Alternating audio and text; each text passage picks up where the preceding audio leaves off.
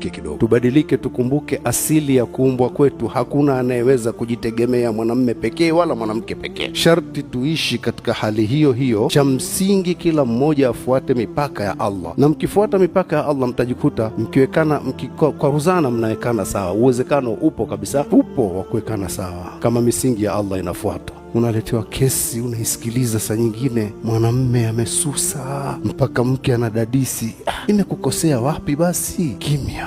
Wapi nilipokosea nieleweshe? Kimya. Mpaka unaletewa kesi, unamwambia basi naomba mweke loudspeaker, hebu niwasikilize nyote. Bwana, nimeambiwa bwana, wewe mume mke amehisi kuwa kuna kitu kimekukera. Anauliza hicho kilichomkera, angalie mwenyewe.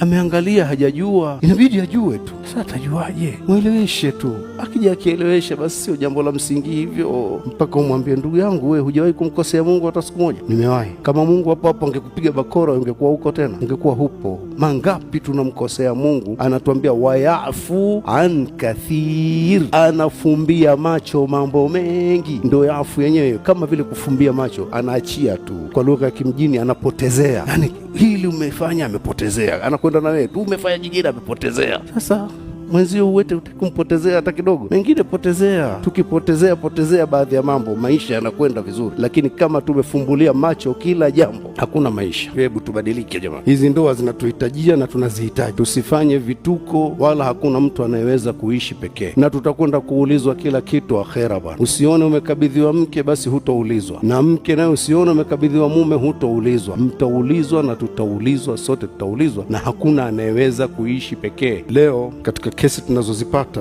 kina mama wengi mmekuwa tangu mjipojua kuna khulu, yani kidogo unauliza nifanye nini ili njihulu, kujivua kwenye ndoa. Jamani, kujihulu sio utatuzi wa matatizo. Nifanye nini nirudi kwenye ndoa nikae sawa? Kina mama, badilisheni huo mtindo wa kujihulu. Na kina baba, tutaachwa sana siku hizi tusipoangalia. Kina mama anataka kuhulu, sio kawaida. Ukijihulu kama huyu mwanamume hana kosa la kufanyiwa khulu, utaulizwa mbele ya Allah. Na sisi tukifanya mambo mpaka tukawafikishia hatua mbaya, wakajihulu, wakajivua kwenye ndoa, tutaulizwa vile vile mbele ya Allah. Kwa hiyo tuwe makini, kila mtu ataulizwa, na ndoa ni neema kubwa sana kuwa na ndoa. Tuzichunge ndoa zetu, tuwe wazuri majumbani mwetu. Mwenyezi Mungu atujalie katika Ramadhani hii yale mapungufu yetu, tumuombe Mungu msamaha na tuyaweke sawa.